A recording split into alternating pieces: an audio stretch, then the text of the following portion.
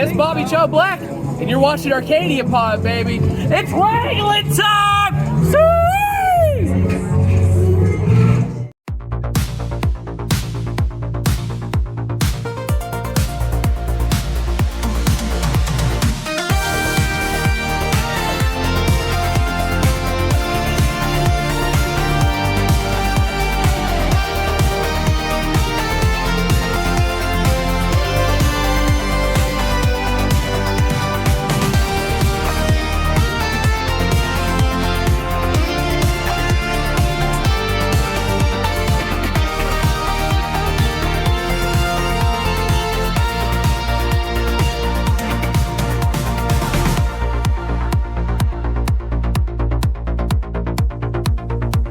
Hey everybody, welcome to Arcadia Pod episode 5. My name is Stephen Kelly. I'm going to be your host for this evening, just like I am for any evening that I subject you all to this slight bit of torture that we're dealing with at the moment. I'm joining you right now. It's Friday night. Tomorrow I need to get up probably in about 12 hours and go to a wrestling show. And I realized after I got home from work that I have not recorded the preview episode for said show yet. I'm going to be honest, I'm very tired. I went to 2 concerts this week. I ended up taking off of work thinking this will be nice and relaxing. And then I go to 2 metal shows. And then I forgot one important tidbit about that. I'm 43 years old. And so I get to said metal shows. And I've long since been in pit retirement. But even the simple act of standing in one place for 5 hours now puts a toll on you. And the first show I went to was a show by the band Kettle Decapitation, and I ended up not wearing earplugs for that one, and I got done with the show and felt terrible basically. So yesterday I went to a second show at that same venue, and this time it was the band Cradle of Filth. Brought the headphones, had a little more rest, not nearly as bad, but it's funny when you have a couple days off and you plan a bunch of crap on it and you're actually more tired than you would have been had you just gone to work. So that's kind of where I am. And so here in a while, get ready to drive to Sedalia for Sedalia Stampede, New Breed Wrestling. So I don't have a lot of stuff on here. I don't really have news or the mailbag like I normally do. So we're just going to kind of get into it. And, normally I say this is going to be a quick show and it's 48 minutes long. So let's hope that doesn't happen. But we're going to do that and then get ready for probably another episode that's going to be something different here sometime in the next couple days. So let's get going. Okay. So upcoming show-wise, do a quick rundown here. We do have the aforementioned New Breed Wrestling show, which is May 23rd, that I'm going to be at. So if you're going to be there, hit me up. Let me know. Say hey. I don't have any new books or anything. That's still something I'm going to try to get done here pretty soon. So it's just going to be a matter of me going there and watching everything, but hope to see everybody there. And then May 31st, KCXW Checkpoint Mayhem in Raytown, which I will also be there, which I need to buy tickets for that one. So maybe I'll do that tonight. All right. Quick rundown for the show tomorrow. So one thing we're going to see is Monstrix Mike Maverick versus the Iron Pitbull Kenny Kingston. Kenny Kingston is probably 6'4" or so, weighing somewhere around 370. Huge dude. Mike Maverick is one of the things that drives him insane is he is often billed at 6'7", which everybody, at least last year, all the kids 6'7", all that stuff. I know that's passe now. Kids get mad if you use that because that meme is last year and they're not gonna deal with that. But it is pretty funny that that was going on. But anyway, this is going to be a complete clash of titans. They're built completely differently. Kingston is like a Mack truck, whereas Mike Maverick has the height on him. So it's almost like you're going to be seeing something akin to Vader versus, Kevin Nash or something on this match, which is going to be pretty awesome. So I'm excited for that. Maybe Mike Maverick will be bringing some gold home. So that's the main event. Speaking of that, if you end up being able to score front row tickets, or the VIP tickets, I should say, Mike Maverick is going to be the person that you're going to be able to get your autograph from at that show. So that's going to be kind of cool. I missed out on getting him the last time, so I am excited. All right. There is going to be a mixed tag match. There is going to be Cruz, Boone, and Psychotic. Or sorry, Boone, Jesus. Cruz, Bodine, and Psychotic. I don't know why I can't read. I'm too far away from the screen, I guess. Because you got Tyler Bodine, and then you've got Pierce, the Hoodbilly, and Dansky. So this match is just going to be crazy. I have not seen Pierce yet. I see him there in the right in the front, so that's a newcomer for me as far as I know. And you put that chaos of Mike Dansky in there and the Hoodbilly, Kraus and D. Calhoun, and anything can really happen. But Tyler Bodine is big with the crowd. Crowd loves him. People ringing bells and stuff. Psychotic is just absolutely crazy with some of the stuff that he can do. Very unorthodox tactics. And then you've got Harrison Cruz, who has not. I think he made his debut back in November, which was the last Sedalia show, and just pure upside with him. Another big guy, similar in size to Kenny Kingston. It's going to be a crazy match. All sorts of styles here. I have a feeling anything can happen. So there's that. We have King Saber in a singles match against Cornelius J. Poppington. And, CJP wasn't able to clinch the deal with Show Me States Wrestling last month. So here we go. Here's a little bit of a possible rebound he can do. I know it's a different company, but you got to think that it's going to be hurting him pretty bad to roll into this show and, not being able to gloat that he has a championship gold somewhere else. He's wanting to, what he probably thinks, get a quick win off of a young kid. But King Saber coming in, he is one of the biggest up-and-comers in the area right now. He is the Arcadia Pod Rookie of the Year for last year, so it's going to be interesting to see exactly what he can do here. And everybody better get them claws out, and let's root for the yellow guy here. All right. Austin Mulitalo versus Dr. Ison. You've got two former champions for the company. Dr. Ison recently capped off just a almost year-long fight against the system of brutality, shifting his gears a little bit. These guys are both probably trying to get back into the contendership, and this is one way to do it. So this ought to be a hell of a match. And I already talked about that one. That one was just happened to be on the poster. And, one thing that's interesting, and I obviously did not see this show. I think it might have been in Macon, where I need to wait for it to get caught up on YouTube. But Kenny Kingston managed to win the championship recently. So not only, could Maverick get some gold, but he could get the gold for the company. So it's very interesting to see what happens here.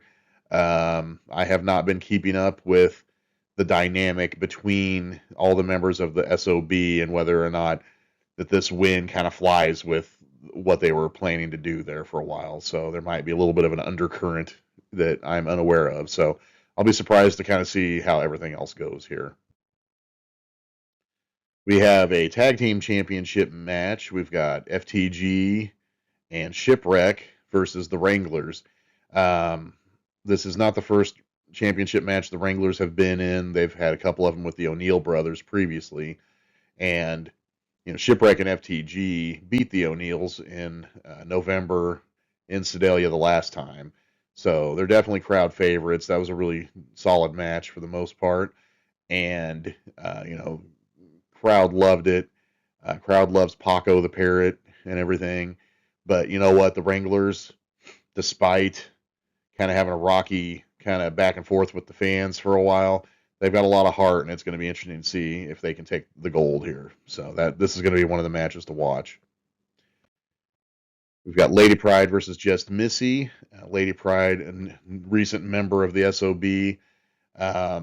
And, we've seen Lady Pride wrestle. She is not, like other companies especially.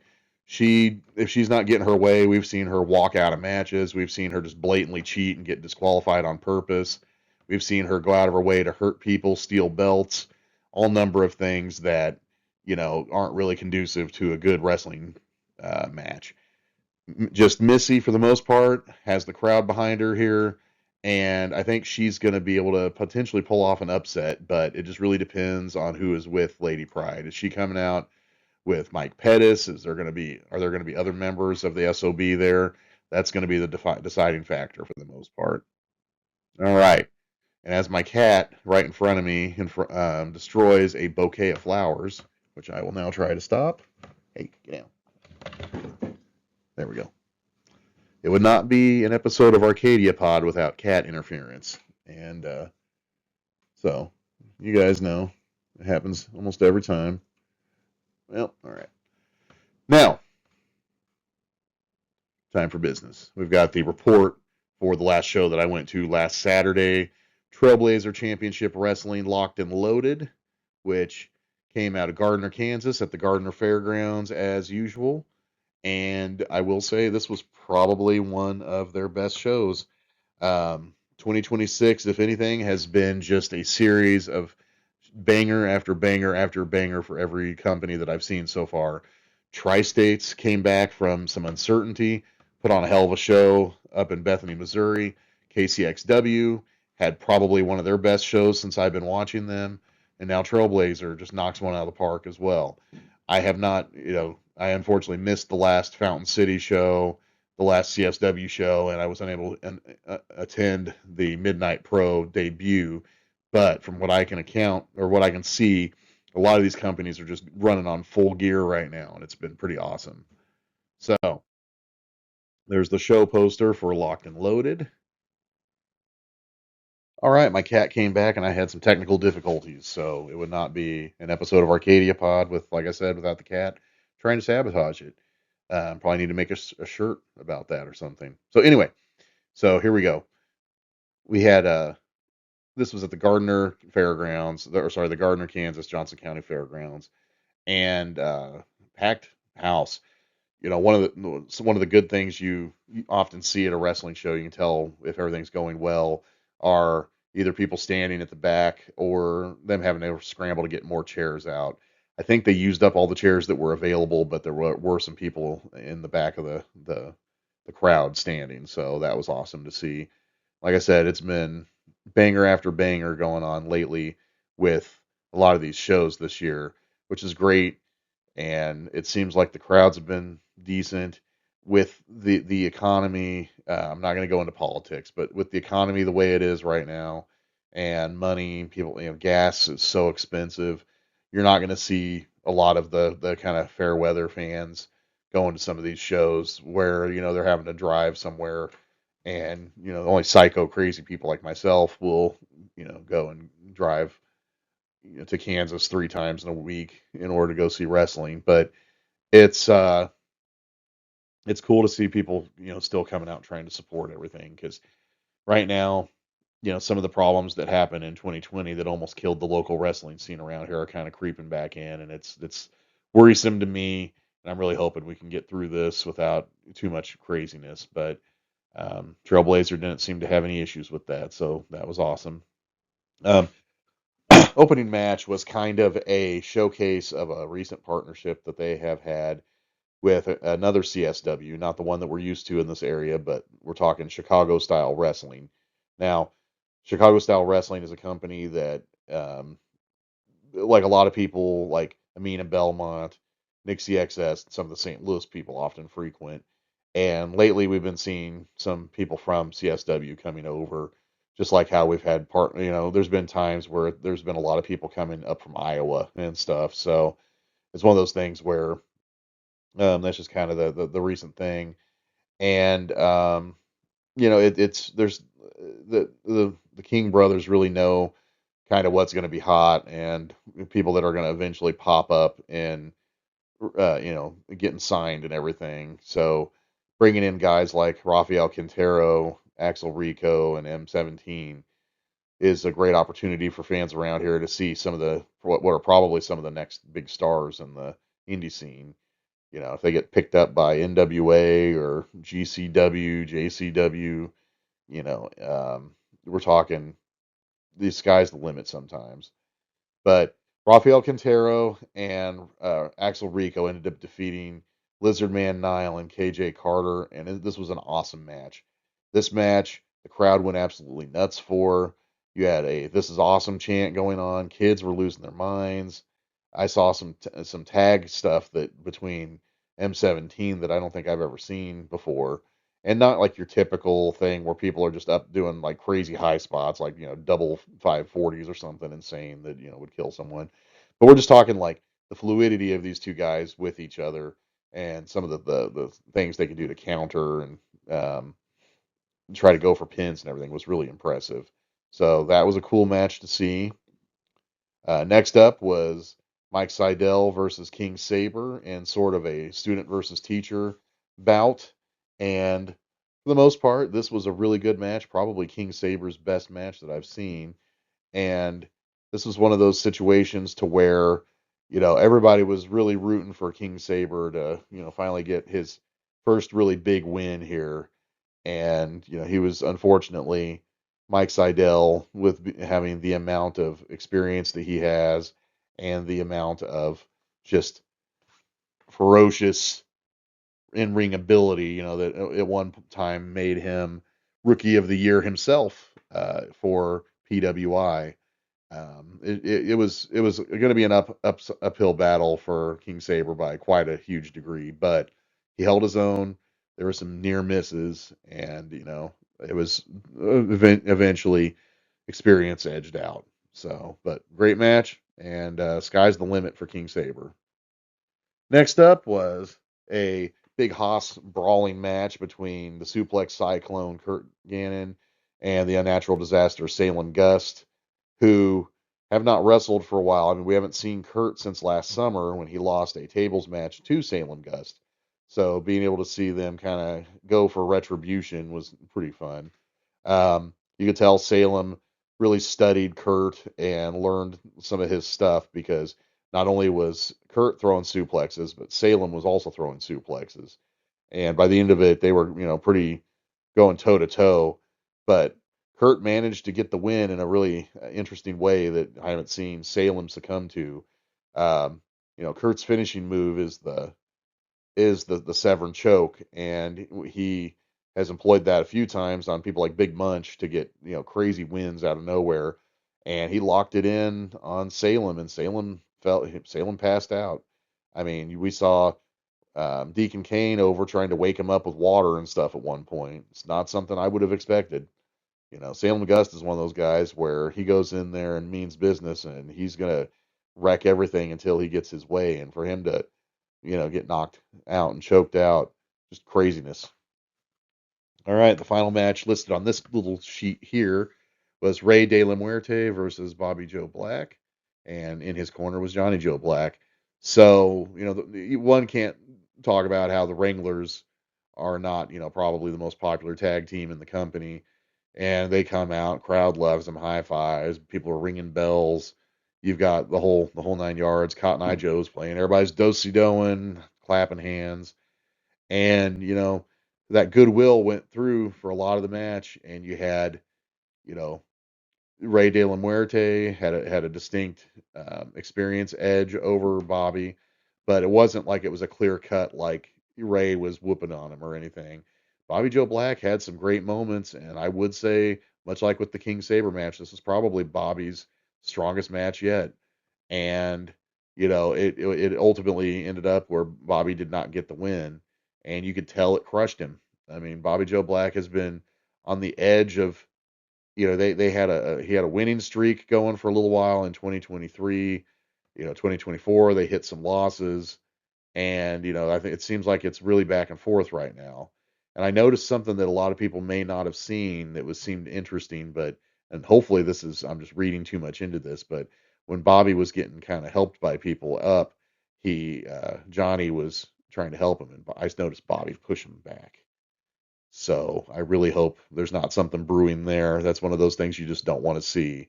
But hopefully, we have a long wait. If he can get his training down, get some wins in other companies, get some experience going, maybe the Wranglers can come back full force in October and really change minds here. All right, next up, another page. We've got what might be the culmination of the long-standing Marcus Officer versus Van Bam Winkle feud. Marcus ended up getting the win. There was some, Van could have easily pulled some nonsense on this and, got the win, which we're going to talk about. The nonsense did happen. But for the most part, Marcus held his own. Marcus ended up getting the win. He ended up getting a big RKO. And, it seemed like Van was going to be out of the picture. One thing fans didn't notice is while Marcus got up and started talking to everybody, Van kind of rolled under the ring. And Marcus ended up announcing that he was leaving Fox 4 News in Kansas City and was going to pretty much leave the area. So fans were fairly sad.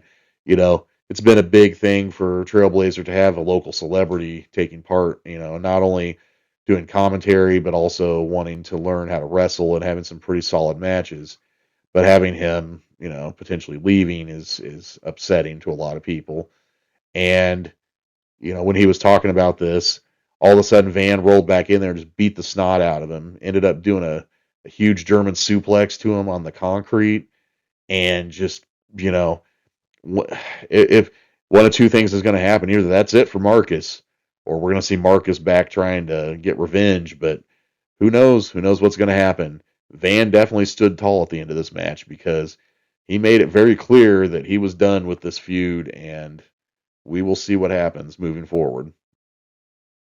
All right, next up was a number one contendership match to the Trailblazer Heavyweight Championship. You had the Monarch Jeremy Wyatt and Miracle Mike James.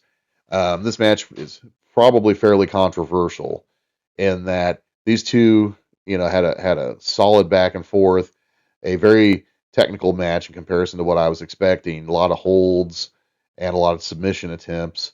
And what ended up happening is at one point they both got each other down and like kind of a double backslide kind of situation, and it ended up being a double pin. They got in each other's faces. Neither of them wanted to like have it happen. Crowds chanting 5 more minutes, 5 more minutes, and it seemed like the ref was going to let that go for a while. But here's the thing: 5 more minutes would work if it was a time limit draw, but this was not a time limit draw. This was a double pin. So why they're not? You're not going to have 5 more minutes added to something that did not get a time limit draw on it. So it stood. It- Jake King had to come out and just lay the law down, and the crowd was not having it. He got booed, but he's like, hey, it's not a draw, or it's a draw. It's not going to have 5 more minutes, and that was not rectified until a little bit later on after the women's match, where they did announce that after going through everything, both men were deemed acceptable to be the number one contender. So now Luke Anthony is going to have to end up facing both Miracle Mike James and Jeremy Wyatt in October, Monsters Brawl 5 for the championship. So it's crazy. It's going to be something that, I'm sure Luke Anthony's a fighting champ. He seemed like he was happy about it, but who knows? He very well could be very upset about that, He's an class act, and he's a fighting champion. So I'm sure he's got it in him, and I'm sure he thinks he can pull that off. But you're going up against, someone usually referred to as the King of Kansas City, 20-year veteran, and another 20-year veteran who also dabbles with death matches. And Luke Anthony's maybe got 5 years under his belt. It's going to be an uphill battle and a half for him. So we'll have to see what happens with that. Next up was the Little Blue Dragon, Tootie Lynn, who defeated the Riot Girl, Brody Dahl. Brody Dahl also coming in from Illinois, by way of, I know she wrestles a lot in Iowa, and solid match. I was really impressed because I don't think Brody Dahl has that much experience, and it was an awesome match. Really impressive. She ended up having a promo before the show started, well, before on social media, where she had talked about just like a few years prior, she's not that old. She was a big fan of uh, Tootie Lynn when she would, visit her area, and posted pictures of her like meeting Tootie at a wrestling show when she was a fan. So this was kind of a, one of her idols in the local indie scene that she was getting to wrestle. So solid match, and one of those things where you bring in a new person, you never know. This was I hope to see Brody Dahl show up more often on Trailblazer shows. Final match was the main event for the Trailblazer Heavyweight Championship, and that was the Rocket Luke Anthony versus Half Crab Hans Carden. And this match was wild. Hans Carden is one of those guys who is hyper focused on one move that he is really good at, and that would be the half crab. And he is so obsessed with the half crab and how good he is at the half crab that he has let the half crab completely consume him. He came out doing crab hands, talking about the crab. His catchphrase was, about getting crabs. It was wild. But here's the thing. Hans Carden is not just like a joke, wrestler who has a crab gimmick. He came out and just like wrestled his ass off in this match. He came out and did a Cesaro style big swing. He was out there doing all sorts of stuff and just getting into Anthony's head, because like one thing he kept doing is he wasn't bantering. A lot of these guys get to where they're yelling at the crowd and stuff. He wasn't doing that. He was yelling at Luke Anthony. Anytime Luke Anthony's doing something, he's like, "Mr. Anthony, this is not going to go your way," and stuff, and just messing with him. And when he did finally get the half crab on, it could have gone either way. It looked like at one point maybe Anthony was going to tap, and that would have been just crazy. But Luke Anthony was able to dodge everything. He got out of the half crab. He was able to get the big win. So hats off to Luke Anthony. He has been a like I said, a fighting champion, a breath of fresh air to the heavyweight division. Just awesome.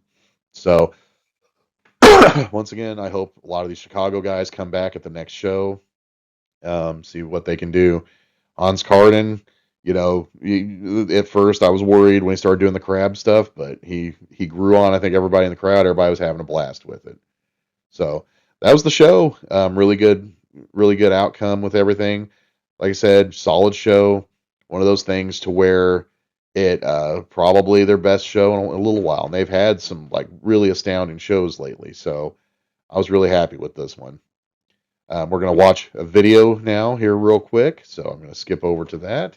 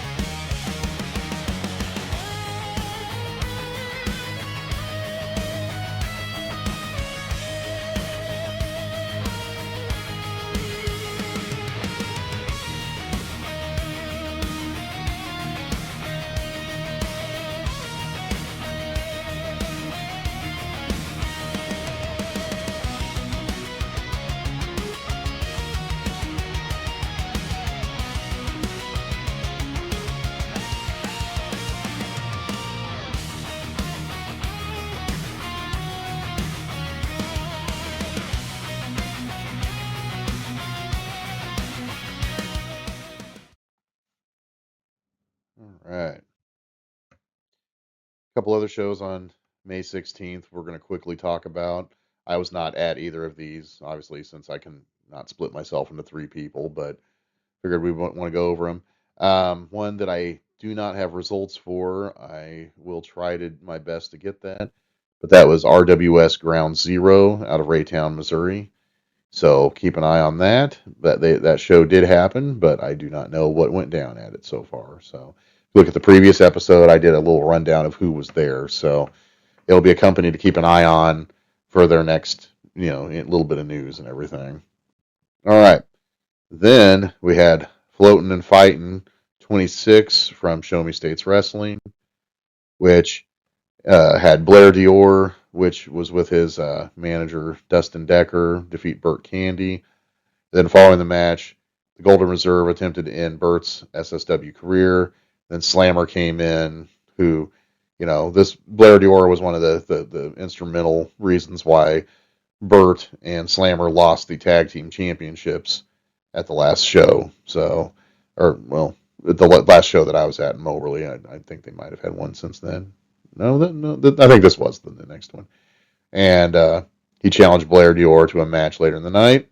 FTG defeated Hector de Oro and Clay Huna. So that sounds like that was pretty crazy. Hector de Oro out of Dodge City, driving all the way over. So that's awesome to see. Yeah, the Thoroughbreds, the newly crowned SSW Tag Team Champions, Talon Graves and Atlas Armstrong, they retained against the main attraction, getting their contractually obligated rematch. Calvin, after the match, just started beating up Kevon Moore, turned on him. So it seems the main attraction in every iteration that exists currently is no more. So wild news there. I don't know what the catalyst for that was, other than just frustration of losing multiple times in a row, but never thought I'd see something like that happen. And Kenny Kingston defeated Bruisador Violencia, which sounds like a crazy match. Like I said in my little preview last time, you've got these two huge dudes just walloping on each other, and I'm sure it was crazy. So that's awesome. Slammer defeated Blair Dior by just default because Blair Dior refused to return to the ring. So Slammer got the victory, got a count out. Definitely not what the fans wanted to see after he's running in, messing stuff up. So hopefully they'll get to have a match at some point. And El Diablo ended up defeating Sugarcane Carter to retain the SSW championship. That's all she wrote. That is the end of this episode. Next time, we're going to switch gears a little bit. I am going to have a show here probably later next week where I'm going to talk about what happened at the New Breed Wrestling Sedalia Stampede show. But I'm going to take a little diversion next week, and then I think 2 weeks after that, I'm going to talk about movies. And I think this time I'm going to talk about the state of anime movies theatrically for the year so far, and I'm going to talk about a Gundam movie that I saw recently. So if you're into some anime and stuff, stick around. If you're not, check it out. We'll see if you see something cool there. Like I've told people, this is not strictly going to be a wrestling podcast. I'm going to talk about all sorts of stuff. So we're going to kind of tread the water here with that and see what happens. But that's it for this time. Thank you all very much for joining me with this episode of Arcadia Pod. I am once again your host, Stephen Kelly, and I really appreciate the support. Even if one or two people watch this and they decide to go to a wrestling show, my job is done. And keep an eye out. I've got my 2024 annual that's on Amazon. I'm going to post the link to that in the YouTube show notes. And I'm working on the one for 2025 currently, so keep an eye out for that. And it's going to be a huge book because I don't have to worry about making it only 83 pages long. I might do like a preview of that or something at some point. But that's all she wrote. Like I said, thank you all once again, and have a wonderful night.